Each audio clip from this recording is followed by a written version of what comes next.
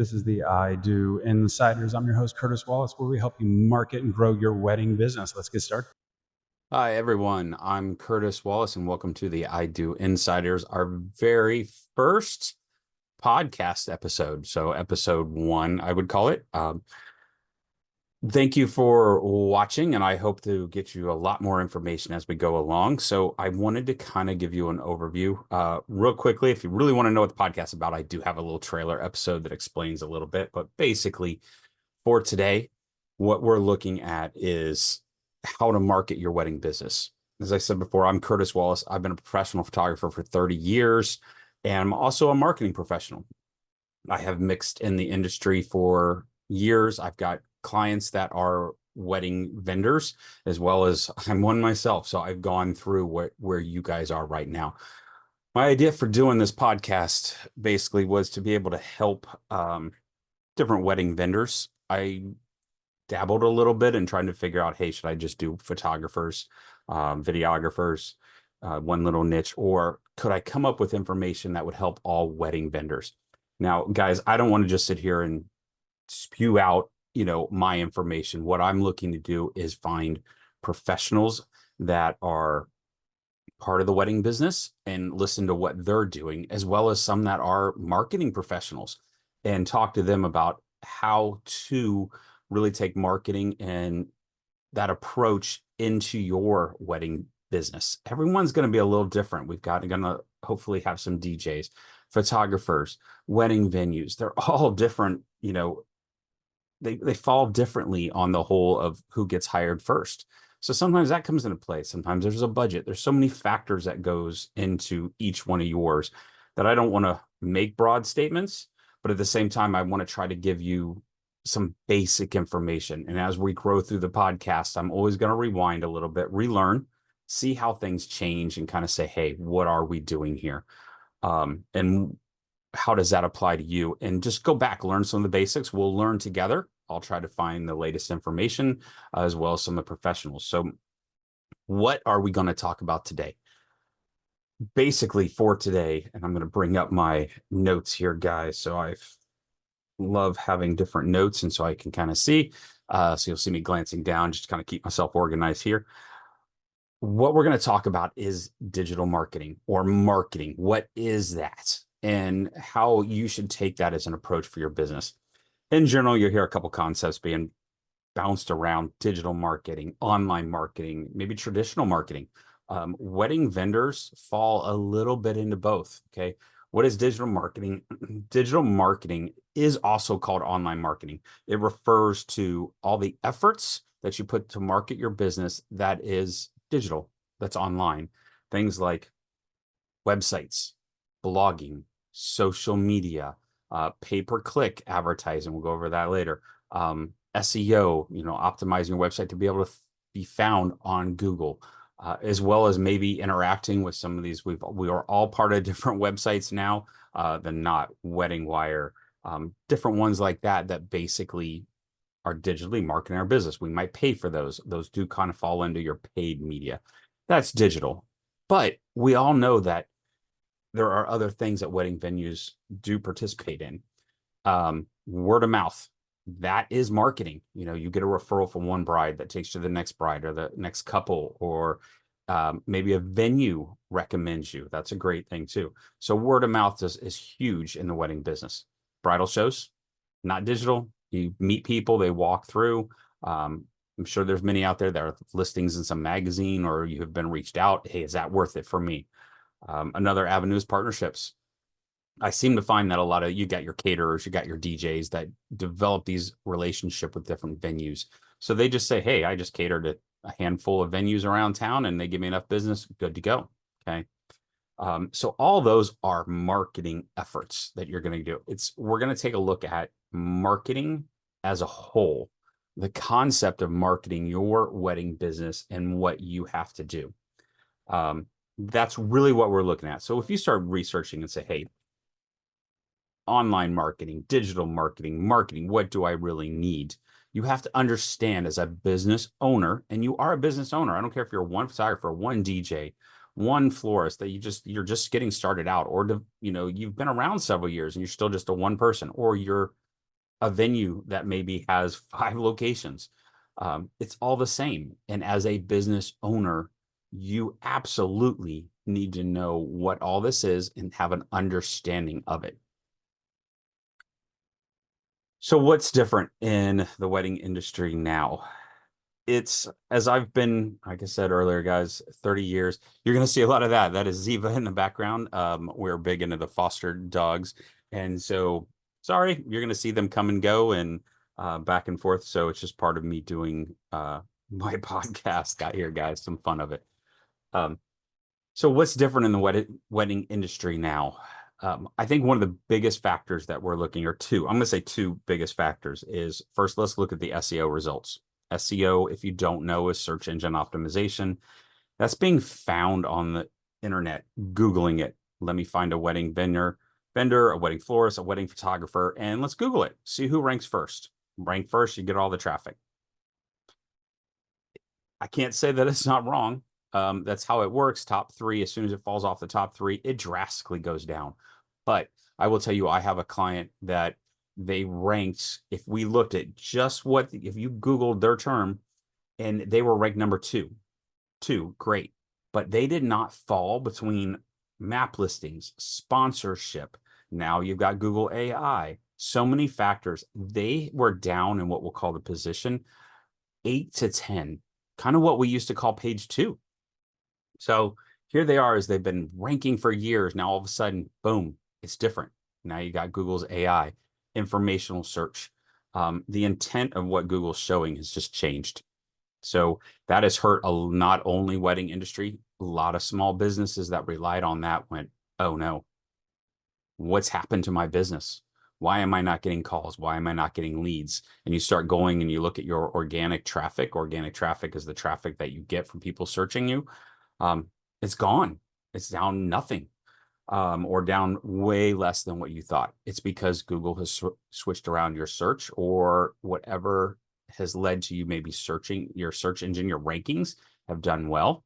Now all of a sudden you're not doing well. One of the bad things is relying on your search engine results for years, and then all of a sudden you can't get it back.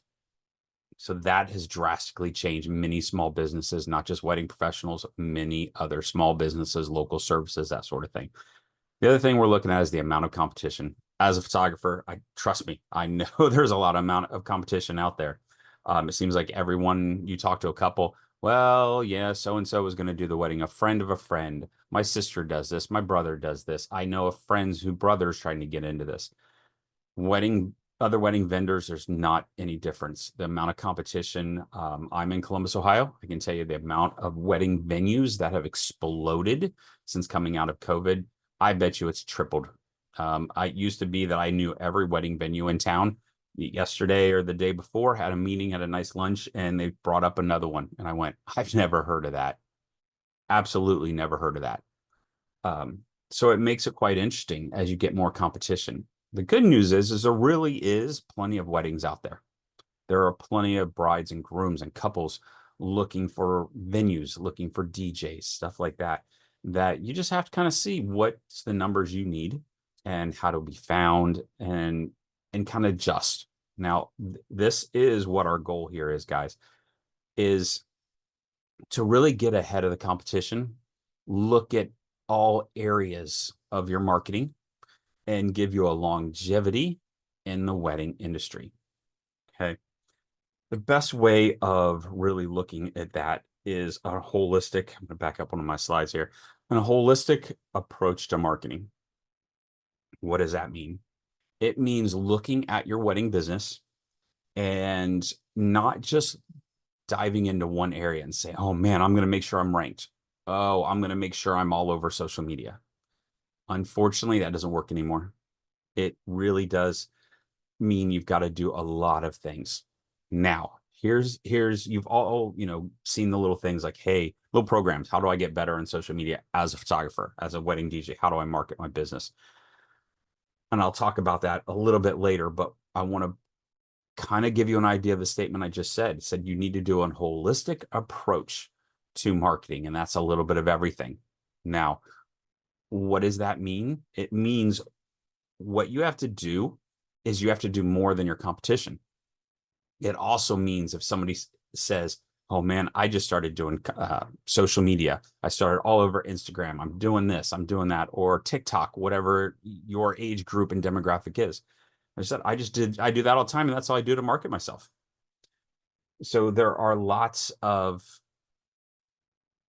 competitors out there. Now, when I say a holistic approach to marketing, honestly, you have to look at what your competitor's doing, who's being found, not only what they're doing, but what can you do more than them. So when somebody says, hey, social media work for me, I got tons of business, it might mean that a lot of your competition just doesn't have a lot of Google reviews. And so all you needed to be able to get ahead was stay on social media. There are some cities that is not enough. You have to look at how many Google reviews you have, how many backlinks you have to your profile, or how many times you've been published. What's your blogging? What's your pay-per-click, campaigns you're working on right now? How much engagement are you getting on social media and just not being on social media? It's about outworking your competition, taking a look what your competition is doing, and then giving yourself the game plan of here's what I need as a marketing campaign as a whole and my approach, and be ready to change that next year.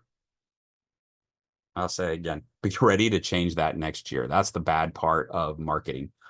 We could have TikTok and say, great, next year TikTok can be gone. It's just the way it is.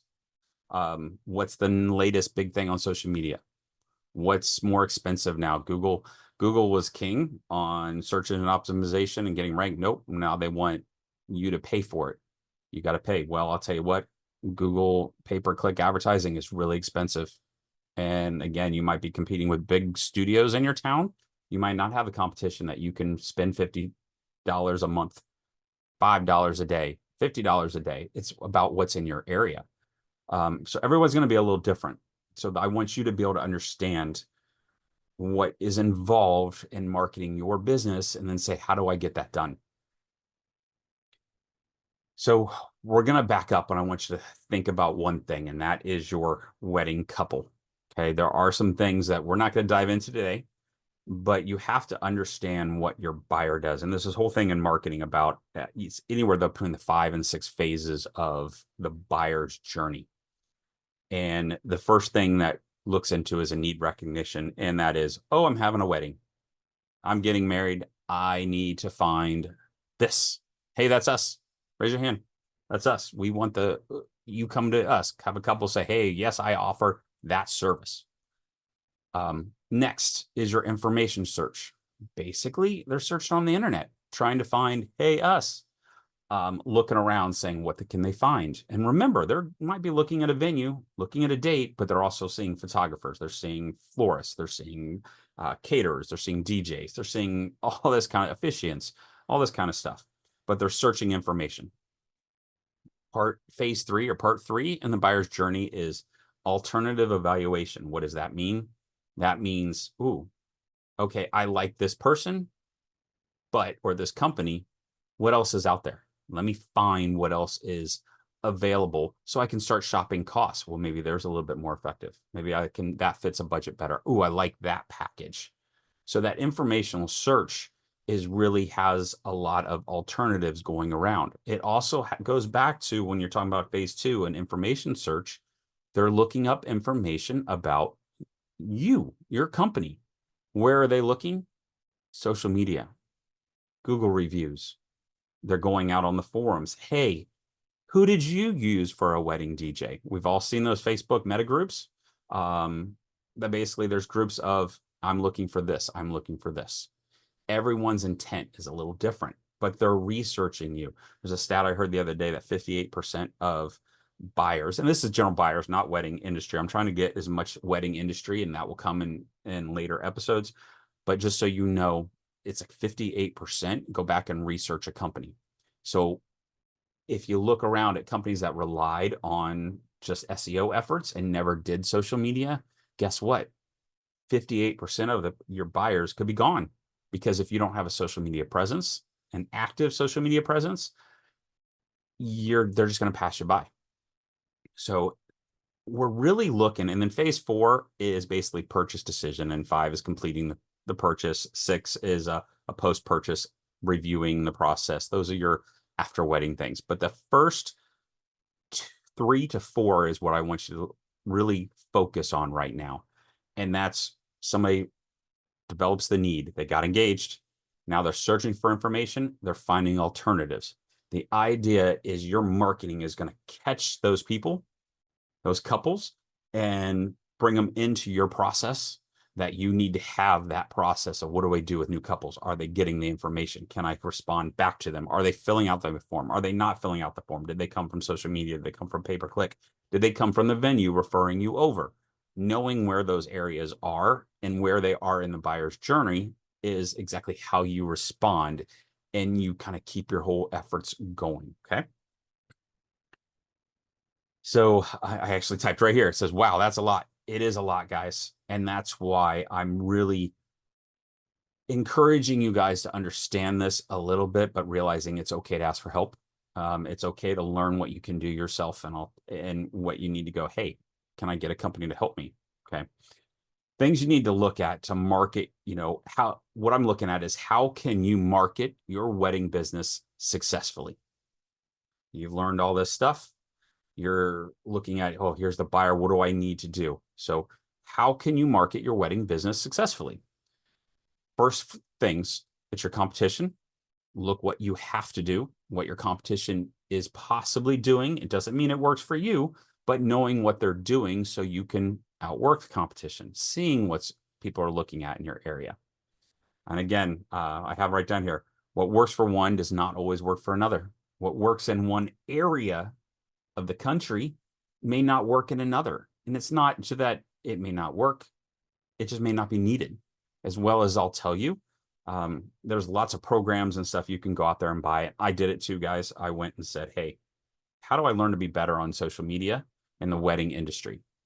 I got some nice cookie cutter type places. Great knowledge, everything. I will tell you, what they taught did not even fit my style, did not work for me, and personally did not work for my style and my personality at all. And I'm like, I can't do that. That's going to be presenting somebody I'm not. So you need to see what works for your business, okay, and outwork that competition. So I said it a little bit. So why I really think you should get help marketing your wedding business. The reason is, it's a lot of work for one person to do. I want you to stop thinking like a small business. I want you to think like a big business owner. Even if you're one photographer, says, hey, that's all I want to do is wedding photography, so I can market my business, or I don't have an ad agency. I don't have this. It's okay. Again, it's what the competition is doing and what works for you.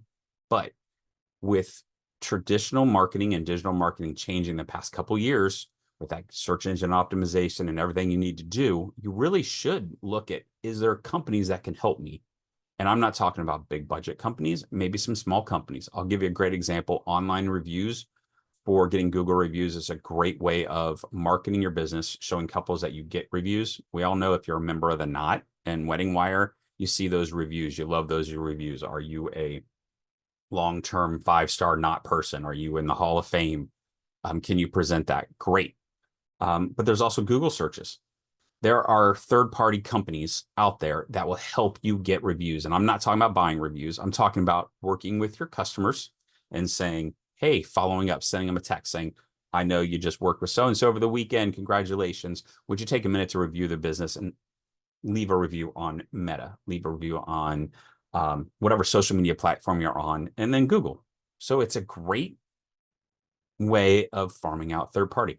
Pricing, I've done a bunch of research on this the last couple months, guys. You could pay $99 a month. You can pay $500 a month. There's a wide range of it and what you need. For me, I'll tell you this a minute, what weddings, there are some people that will do a wedding every weekend. That was not me. It's still not me.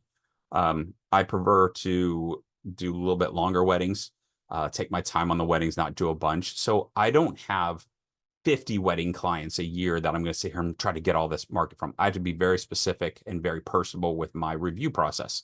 So it's a little different. Somebody else that's doing a lot more, yeah, a third party might be great for you to bring in, like that to say, hey, if I give you an email and phone number, can you reach out to my couples? And it's all software AI driven at this point, guys, and get reviews going so I can slowly build my Google reviews going up, my Facebook. Unfortunately, a lot of them don't necessarily go to the Knot. Totally different story on the Knot, but you can provide links and say, here's something for them to go. So you can build that into. You have to also look at your skill set. Some people are better on social media than others. Okay. Maybe you want to do social media a lot more and farm out this direction. Maybe you love blogging on your website and putting those things up, but man, I don't know anything about SEO. So you got to hire a company to say, can you optimize my website and promote it every month? That's a huge difference. We'll talk about later. So you got to start looking at all the areas that you really need and say, what can I do? From a skill set, what can I afford to farm out and what you just don't have the skill set to do, and take advantage of. All right. But affordability for you. And that's why I say, stop thinking like a small business. If you want that business to grow, it will cost you some money to market. You can even, I'll tell you what, guys, there are plenty of business professionals out there, sort of like myself, that is willing to go, I'll sit down and talk to you for a little bit. Let's map this out. And then you can start seeing and going, okay, what might be affordable, give you some suggestions that direction. So sometimes that's just a little approach going, okay, I can do this, but encourage you. It's okay to ask for help on third-party places to help you market and grow that business, right? Other things as far as in marketing, there's just some overall key concepts. As you're building your business and you're learning about marketing your wedding business, you have to know, like, hey, how can I market my wedding business?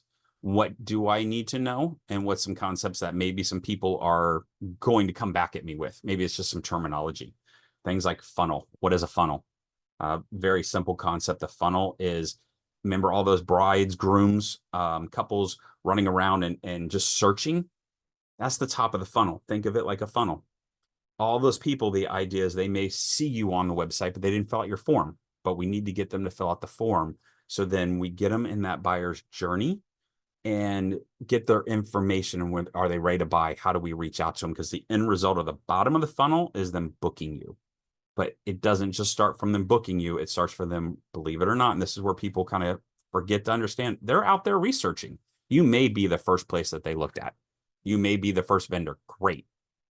But you may be the second or the third too, because the first person maybe didn't get back to them in time. Maybe they were already booked. So it's in that journey of being able to say, what are the couples doing? Where are they? Can I get their information? Did they just visit my website? And now I need to target them with an ad. So the funnel is just getting that buyer and pushing them right through your process of getting them to book. Other things you're looking at is, you'll hear it kind of go around as PPC. It's pay-per-click or paid advertising. If you're a member of the Not a Wedding Wire, that is paid advertising. You pay for that. So they'll promote you. Pay-per-click on Google and Meta and TikTok and all the social media platforms do it. Just basically means you're putting an ad up, and every time somebody clicks, you pay for it. It's an open blank check. Yep. You might be diving into different concepts. A good example is Google tends to be people typing in wedding venue in your local city and state, or what's the best wedding venue. And then if your information doesn't come up, or it does come up, you're looking at the search results. At the very top is the ad that says, whatever your business name is, the best wedding venue in town, click here.